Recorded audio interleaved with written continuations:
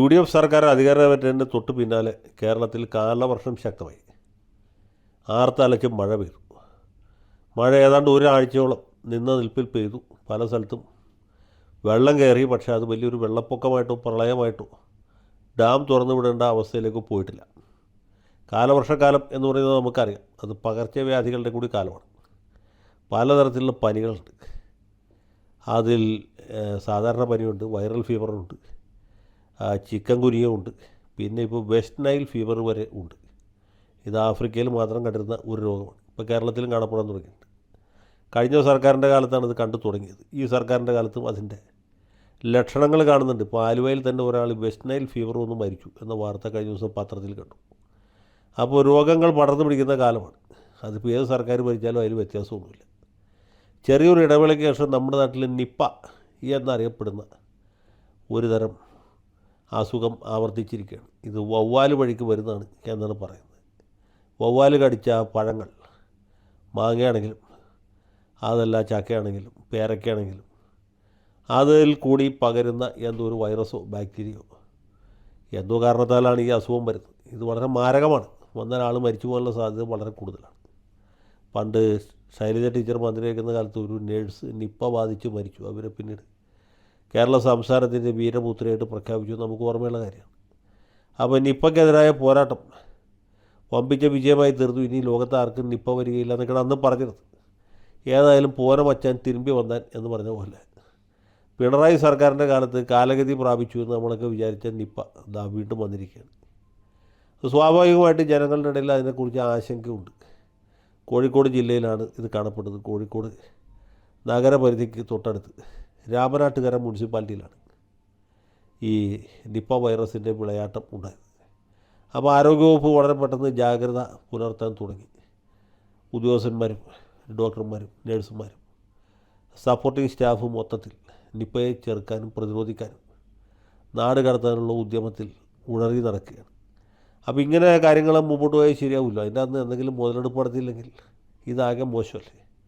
അപ്പോൾ മുതലെടുപ്പ് നടത്താൻ വേണ്ടി വീശുവലയുമായിട്ട് വന്ന ആരാന്ന് വെച്ചാൽ നമ്മുടെ മുൻ മുഖ്യമന്ത്രിയുടെ മരുമകനും ബേപ്പൂർ സുൽത്താൻ എന്ന പേരിൽ പണ്ട് അറിയപ്പെട്ടിരുന്ന മുഹമ്മദ് റിയാസ് എന്ന് പറഞ്ഞൊരു വിദ്വാനുണ്ട്. ഇപ്പോൾ പാർട്ടി കമ്മിറ്റികൾ കൂടി മുഖ്യമന്ത്രിയെയും മരുമോനെയും എടുത്തിട്ട് അലക്കിക്കൊണ്ടിരിക്കുന്ന സമയമാണ്. അപ്പോൾ ഇങ്ങനൊരു സന്ദർഭത്തിൽ എങ്ങനെ സ്വന്തം പേര് വീണ്ടെടുക്കാം, നഷ്ടപ്പെട്ട പ്രതിച്ഛായ വീണ്ടെടുക്കാം എന്ന് ആലോചിച്ചിരിക്കുമ്പോഴാണ് പെട്ടെന്ന് നിപ്പ വൈറസ് പൊട്ടിപ്പുറപ്പെടുന്നത്. എവിടെ? ഇദ്ദേഹത്തിൻ്റെ മണ്ഡലമായ ബേപ്പൂരിൻ്റെ ഭാഗമായിട്ടുള്ള രാമനാട്ടുകര മുനിസിപ്പാലിറ്റിയിൽ. പുള്ളി ഉടനെ തന്നെ മുണ്ടൊക്കെ കുടഞ്ഞ് ഉടുത്ത് അതിവേഗത്തിൽ ആശുപത്രിയിലെത്തി അവിടെ പുള്ളിയുടെ പട്ടി ഷോ അവതരിപ്പിച്ചു. ഈ പട്ടി ഷോ എന്ന് വെച്ചാൽ മാർക്സിസ്റ്റുകാർക്ക് ഏറ്റവും എളുപ്പമുള്ളതും ഡിവൈഎഫ്ഐക്കാർക്ക് നടത്തി പരിചയമുള്ളതുമായ ഒരു പരിപാടിയാണ്. ആശുപത്രിയിൽ വന്ന് പുള്ളി അവിടെ കുത്തിയിരിപ്പ് സത്യാഗ്രഹം നടത്തും. സ്ഥലം MLA ആയ പുള്ളിയോട് ആലോചിക്കാതെ ആരോഗ്യവകുപ്പ് അധികൃതർ ഈ നിപ്പ പ്രതിരോധവുമായിട്ട് മുന്നോട്ട് വന്നു. ഞാനൊരു ജനപ്രതിനിധിയല്ല, എനിക്കിവിടെ ഇരിക്കാൻ പാടില്ല, എൻ്റെ ചോദ്യത്തിന് ഉത്തരം കിട്ടണം, ചോദ്യത്തിന് ഉത്തരം കിട്ടിയിട്ട് രോഗികളെ ചികിത്സിച്ചാൽ മതി എന്നൊക്കെയാണ് മിസ്റ്റർ മരുമോൻ അവിടെ ഇരുന്ന് പ്രഖ്യാപിച്ചു. ഇതൊക്കെ ടെലിവിഷനിൽ കൂടി ആളുകൾ കൃത്യസമയത്ത് കണ്ടുകൊണ്ടിരിക്കുകയാണ്. ലൈവ് ടെലികാസ്റ്റാണ്. എല്ലാ ചാനലുകളും പുള്ളിയുടെ പട്ടി ഷോ ലൈവായിട്ട് പ്രദർശിപ്പിച്ചു. പക്ഷേ അതിൻ്റെ അടിയിൽ വന്ന കമൻറ്റുകളൊക്കെ വളരെ രസമായിരുന്നു. നീ വീട്ടിൽ പോയിട്ട് വീണയെ പ്രതിരോധിക്കട, അവളെ ഇടിക്കാർ പിടിച്ചുകൊണ്ടുണ്ടെങ്കിൽ മുമ്പ് വീട്ടിൽ പോയി വേണ്ട ദുരിതാശ്വാസ പ്രവർത്തനം നടത്തി നിപ്പയുടെ കാര്യമൊക്കെ സർക്കാർ നോക്കിക്കൊള്ളും. നീയൊക്കെ ഇത്ര നാളെ എവിടെയായിരുന്നു എന്ന ചോദ്യമാണ് ഇതിൻ്റെ അടിയിൽ അധികവും പ്രതിധ്വനിച്ചത്. അതൊക്കെ കോൺഗ്രസ്സുകാരും ലീഗുകാരും എഴുതായിരിക്കും എന്നുള്ളൊരു വ്യക്തമാണ്. എന്നാൽ പോലും ആളുകൾ പ്രതികരിച്ച ഈ രീതിയിലാണ്. ഇദ്ദേഹത്തിൻ്റെ ഈ കപടലോകത്തിൽ എന്നോട് കാപട്യം സകലരും കാണുന്നതാണ് പരാജയം എന്ന് പറഞ്ഞ അവസ്ഥയിലായിപ്പോയി. പക്ഷേ ഇങ്ങനെ ഒറ്റപ്പെട്ടു പോയ ഇദ്ദേഹത്തെ സഹായിക്കാനായിട്ട് പുള്ളി ചില പ്രധാനപ്പെട്ട ചോദ്യങ്ങളൊക്കെ ചോദിച്ചു. എന്തുകൊണ്ട് കോഴിക്കോട്ടൊരു DMO നിയമിക്കുന്നില്ല? DMO ഉണ്ടായിരുന്നെങ്കിൽ ഇവിടെ ഇതുപോലത്തെ പ്രശ്നം ഉണ്ടാവുന്നില്ല. DMO ഉണ്ടെങ്കിൽ നിപ്പയെ ഞാൻ ഓടിച്ചാൽ. രണ്ടാമത് ഇവിടെ നിപ്പ പൊട്ടിപ്പുറപ്പെട്ടപ്പോൾ എന്തുകൊണ്ടാണ് മന്ത്രി മുരളീധരൻ തിരുവനന്തപുരത്ത് തന്നെ ഇരിക്കുന്നത്? പുള്ളി എന്തുകൊണ്ട് കോഴിക്കോട്ട് വന്ന് പെറ്റി കിടക്കുന്നില്ല? അങ്ങനെയാണല്ലോ കഴിഞ്ഞ സർക്കാരിൻ്റെ കാലത്ത് നിങ്ങൾ ചെയ്തതിൻ്റെ ഗുണമധികാരം കൊണ്ടുള്ള നിങ്ങളെ ആൾക്കാർ വീട്ടിൽ പറഞ്ഞു വിട്ടത്. മന്ത്രി മുരളീധരൻ തിരുവനന്തപുരത്ത് ഇരുന്നുണ്ടോ, എറണാകുളത്ത് ഇരുന്നുണ്ടോ, തൃശ്ശൂർ ഇരുന്നുണ്ടോ, വല്ല വ്യത്യാസമുണ്ടോ? മുരളീധരനാണോ നിപ്പ പ്രതിരോധിക്കുന്നത്? അല്ലല്ലോ, അത് ഡോക്ടർമാരല്ലേ. മരുന്ന് കൊടുക്കുന്ന ആരാണ്? മരുന്ന് എഴുതുന്ന ആരാണ്? ഇഞ്ചക്ഷൻ കൊടുക്കുന്ന ആരാണ്? അല്ലെങ്കിൽ സപ്പോർട്ടിംഗ് സ്റ്റാഫ് ചെയ്യുന്ന ജോലി ആരാണ് ചെയ്യുന്നത്? അത് അവരാണ് ചെയ്യുന്നത്. അതിന് മുരളീധരൻ തിരുവനന്തപുരത്ത് ഇരുന്നാലും മതി. പുള്ളി മറന്നു പോയിട്ടുണ്ടെങ്കിൽ ഞാനൊരു കാര്യം ഓർമ്മിപ്പിക്കാം. ഈ വിഴിഞ്ഞത്ത് ഓഖി കൊടുങ്കാറ്റടിച്ചപ്പോൾ ആ മത്സ്യത്തൊഴിലാളികൾക്ക് വലിയ നാശനഷ്ടങ്ങളൊക്കെ സംഭവിച്ചു. അപ്പോൾ ഇദ്ദേഹത്തിൻ്റെ അമ്മോശൻ ആയിരുന്ന ഇപ്പോഴും ആയിരിക്കുന്ന അന്നത്തെ മുഖ്യമന്ത്രി പിണറായി വിജയൻ സെക്രട്ടേറിയറ്റിലിരുന്ന് ഭരണചക്രം തിരിക്കുന്നു. ഈ വിളിച്ചാൽ കേൾക്കുന്ന ദൂരത്താണ് വിഴിഞ്ഞ്. പുള്ളിക്ക് അവിടെ വരെ പോകാൻ പറ്റില്ല. പിന്നെ പുള്ളി അവിടെ ചെന്നപ്പോഴത്തേക്കും ഈ മുക്കുവന്മാർ പങ്കായി കൊടുത്ത് പുള്ളിയെ സ്വീകരിച്ചു. അന്ന് പുള്ളി ഓടിയ ഓട്ടം എന്ന് പറഞ്ഞാൽ ആ വഴിക്ക് ഇതുവരെ പുല്ല് മുളച്ചിട്ടില്ല.